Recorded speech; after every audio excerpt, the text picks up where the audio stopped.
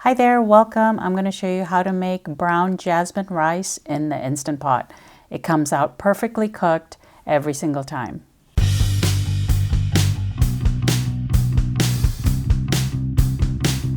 You'll need 2 cups of brown jasmine rice and 2 cups of water.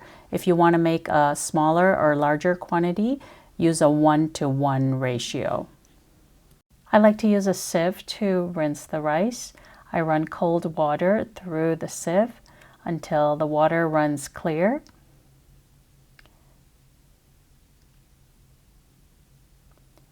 Add the rice to the Instant Pot.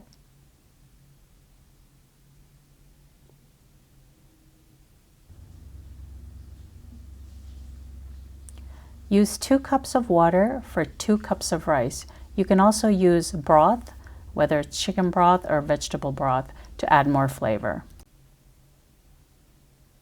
And stir the rice and water together so all the rice is immersed in the water.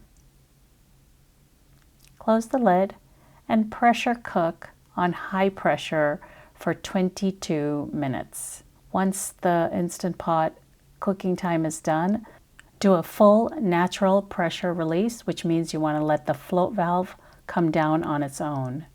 Open the lid and using a rice paddle, this is one that I got with my Instant Pot and I just love it. It's a great way to stir up rice.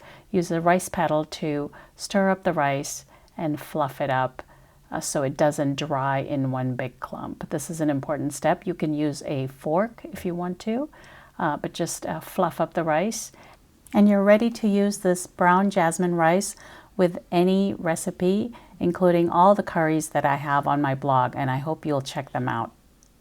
Thanks for watching, and I'll see you next time.